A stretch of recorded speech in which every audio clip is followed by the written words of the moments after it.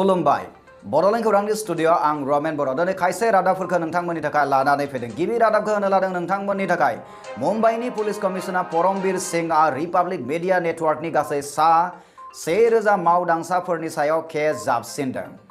बावैसो सिगां रिपाब्लिक भारतनि editor in chief Arnab Goswami हेंथायै टीआरपी गुलाय गुजायखौ लानानै केस होनाय उनाव बारका रिपाब्लिक मीडिया नेटवर्कनि सायाव टीआरपीनि जेबो दाय जाबसिननाय गैया होनना फोसावनायनि थिक उनावनो मुम्बाइ पुलिस कमिशनार परमबीर सिंहआ रिपाब्लिक मीडिया नेटवर्कनि गासै 1000 मावथिफोरनि हेंथायै केस होनाय जादों होनना मिथिनो मोननाय जादों।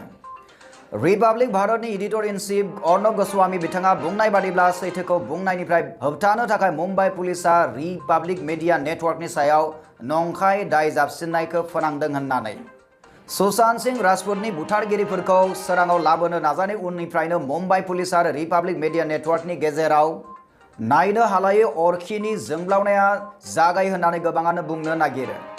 मोनथिनो मोनबावनाय बादिब्ला परमबीर सिंह बिथाङा रिपाब्लिकनि गासै 1000 मावथिफोरनि सायाव 100 बोसोरनि सिगांनि ब्रिटिशफोरजों थिसनजालांनाय मोनसे आयेन बे आयेननि सायाव लानानै बिथांमोना 1000 मावथिफोरनि सायाव केस जाबसिनदों होननानै मिथिनो मोननाय जादों।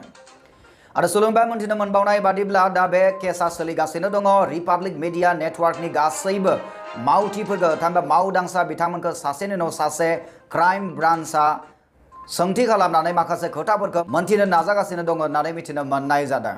निउज डेस्क रिपर्ट बड'लेण्ड खौरां। बेनि उननि रादाबखौ होनो लादों सिमांनि रानि रमान्टिक सुंद' सावथुना रिलिज मोननायनि लामायाव। नंगौ नायगिरि नोंथांमोना थारखौनो खोनांदों। सिमांनि रानि रमान्टिक सुंद' सावथुना थाबैनो रिलिज मोननायनि लामायाव।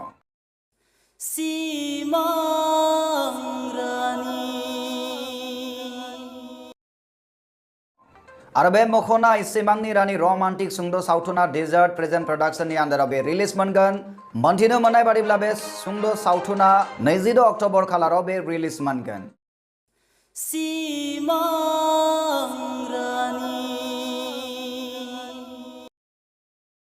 फावखुंगुर रनसाय बर' आरो एक्ट्रेस बिबुंस्रि रामसियारि बिसोर सानैनि फाव खालामनायखौ नुनो मोनगोन सिमांनि रानि रमान्टिक सुंद' सावथुनाव।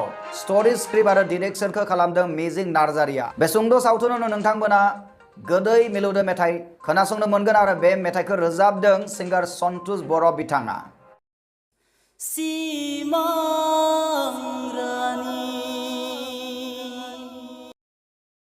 आरो बे सावथुनाव केमेरामेन हिसाबै दङ जोंमा खुंगुर बर'। अब्ला थाबैनो बे रिलिज मोनसिगोन। बड'लेण्ड खौरांनि नायगिरि नोंथांमोना नायनो दाबाव। निउज डेस्क रिपर्ट बड'लेण्ड खौरां। बेनि उननि रादाबखौ होनो लादों श्री श्री आइ बिमा दुर्गा देवी फुजानि मुङै बाक्सा जिल्ला भारतीय जनता पार्टीनि आफादगिरि राम दाहाल बिथाङा हामलायथि बावहरदों बयनिसिमबो। आसाम नाङैनो दुर्गा फुजा सोलिफुबाय थानाय समाव श्री श्री आइ बिमा दुर्गा देवी फुजानि मुङै बाक्सा जिल्ला भारतीय जनता पार्टीनि आफादगिरि राम दाहाल बिथाङा बयनिसिमबो हामलायथि जासिहरदों। बिथां दाहाला फोरमायनाय हामलायथिखौ फैजों नायदोनि बिथाङा मा फोरमायनो नागिरदों। भारतीय जनता पार्टी बाक्सा जिल्ला तरफर পৰা সমূহ অসমবাসী বা বাক্সা জিলাবাসী ৰাইজলৈ মই শাৰদীয় দুৰ্গা উৎসৱৰ শুভকামনা জ্ঞাপন কৰিলোঁ। সকলোৱে যাতে চৰকাৰে ধৰি দিয়া কোভিড-19ৰ প্ৰট'কল মানি চলে, মাস্ক পৰিধান কৰিব আৰু চেনিটাইজাৰ ব্যৱহাৰ কৰিব, সামাজিক দূৰত্ব বজাই ৰাখিব। সেই হিচাপে দুৰ্গা উৎসৱ এবাৰ তেনেকৈ পাতিবৰ কাৰণে মই সকলোলৈ আগ্ৰহ কৰিলোঁ আৰু এই দুৰ্গা উৎসৱৰ জৰিয়তে আমি কৰোনা মহামাৰী ইয়াতে শেষ হৈ যাওক বুলি মই দেৱী ভগৱতীৰ ওচৰত মই মূৰ দোৱাইছোঁ। बाक्सानिफ्राय देरहासार नार्जारिनि रिपर्ट बड'लेण्ड खौरां। बड'लेण्ड खौरांनि नायगिरि नोंथांमोननि थाखाय उननि रादाबखौ होनो लादों। उननि रादाबाव दङ बाक्सा जिल्ला सिमलानि सासे आइजोआ गोमानानै दङ। थांनाय 26 अक्ट'बर खालारखालि बाक्सा जिल्लानि सिमला थानानि सिङाव थानाय भगपुर गामिनि मीना नार्जारिया गोमानानै दङ होननानै मिथिनो मोननाय जादों। मोनथिनो मोनबावनाय बादिब्ला गोमानाय आइजोआ 26 अक्ट'बर खालाराव फुंनि 8 रिंगायाव बेंक एकाउन्ट खुलिनो होननानै थांदोंमोन। नाथाय बेंक एकाउन्ट खुलिनो थांनायनिफ्राय आइजोआ न' फारसे गिदिंबोफिनासै। दुखुनांथाव खोथाया बेनोदि आइजोआ सानै उन्दै उन्दै गथ'फोर दङ आरो बे उन्दै उन्दै गथ'फोरखौ गारनानै लोगोसे गावनि फिसायखौ नागारनानै बे आइजोआ बबेयाव थांखो दासिमबो मिथिनो मोननाय जायाखै।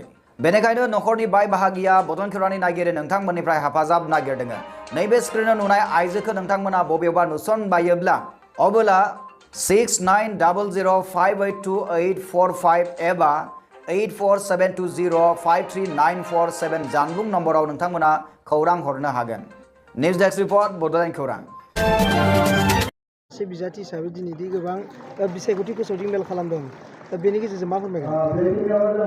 21 नं सालबारि समस्तिनि इउपिपिएल हानजानि सायख'जानाय बिजाथि महरै जोंनि इउपिपिएल हानजाया सालबारि ब्लक कमिटि इउपिपिएलनि मददजों आरो दखरा एबसुफोरनि बानजायनायाव आरो प्राइमारि कमिटिनि हेफाजाबजों जे दिनैहाय जोङो मोनब्रै जायगायाव 21 नं सालबारि समस्तियाव बिसायख'थि फोसावदिं मेल बेबायदि खुंदों आरो बे मेलावहाय जोंनि मिरु इउपिपिएलनि स्टार केम्पेनार बिथांमोना नुजाफैनानै रायजो राजानि सिगाङाव इउपिपिएल हानजानि नोजोर आरो थांखि आरो बर्तमान माने जे जोङो परिबर्तननि थाखाय जे बयबो खौसेयै इउपिपिएल हानजानि बिजाथिखौ देरहाहोनांगौनि थाखाय माने नैबे बेबायदि हाबाफारिखौ लादों।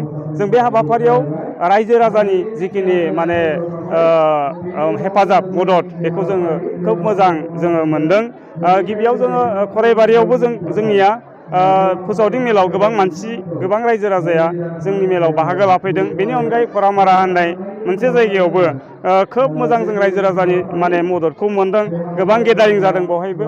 दा नैबेवहाय बे खाथलपारा रुपापुलि प्राइमारिनि सिङाव 21 नं सालबारि समस्तिनि बेबो मोनसे जायगा।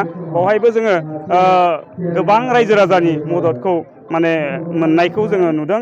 बे हिसाबै जोङो बुंनो हायो जे रायजो राजाया हसा हसिके माने परिबर्तनखौ नागिरमारदों। मोजां जाख्ल'नाय गैयै सरकार स्वच्छता सरकार मोनसे लुबैदों आरो बे स्वच्छता सरकारा इउपिपिएल हानजानि गेजेरजों गायसनजानायखौ रायजो राजाफ्रा जे लुबैदों बेयो 100% रोखा होननानै बुंनो हायो। नाथाय नोंथांनि समस्तियाव गोबां बिपिएफनि सानफ्रोमबो जयेन जाबाय थानायखौ जों नुनो मोन्दों। नाथाय मा जाहोननि थाखाय जयेन जाफैदों होनना फोरमायगोन नोंथाङा? गुबुन गुबुन राजखान्थि हान्जा बिपिएफल' नंला गुबुन गुबुन राजखान्थि हान्जानिफ्राय जाय बिथांमोना इउपिपिएल हान्जानि नोजोर आरो थांखि आरो जोंनि निति आरो आदर्शखौ मोजां मोननानै जयेन जादों। दा बिथांमोनखौ जों बयखौबो बरायदों आरो बेनि गेजेरजों नैखौ बुंनो हायो जे माने बिपिएफ हान्जाया जिहेतु सरकाराव फैखाला आरो 17 बोसोर बिपिएफ हान्जाया बिटिसिनि खुंथायाव थानानै रायजो राजानो जिबायदि माने सासन होनांगौमोन जिबायदि जौगानांगौमोन जोंनि गेजेराव गोजोन मोनसे थासारि गायसननांगौ बिथांमोना दायित्व दंमोन। बिथांमोना माने सेंग्रा सिख्लाफोरनो कर्म संस्थापन होनायनि खोथा दंमोन। नाथाय बेफोरखौ मोनसेबो मावनो हायैनि थाखाय बिपिएफ हान्जानि माखासे दैदेनगिरिफोरा बे इउपिपिएल हान्जायाव परिबर्तननि सार्थआव आरो बिथांमोना नैबे इउपिपिएल हान्जायाव जगदान होदों। बेसेबांसो देरहागोन होननानै बुंदों? बेसेबांसो मोननानै?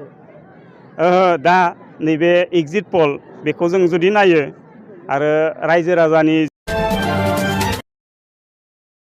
दानिया सम सफैबाय बड'लेण्ड खौरांनि गासैबो नायगिरि नोंथांमोननिफ्राय बिदाय लानानै बड'लेण्ड खौरांनि गासैबो नायगिरि नोंथांमोननिसिम अननाय मोजां मोननाय आरो सिबिनायखौ फिन बावहरफिनबाय आरो उननि रादाबाव नोंथांमोनखौ फिन लोगो मोननायनि मिजिंजों दिनै एसेबां फोजोबनाय जाबाय। गोजोन्थों।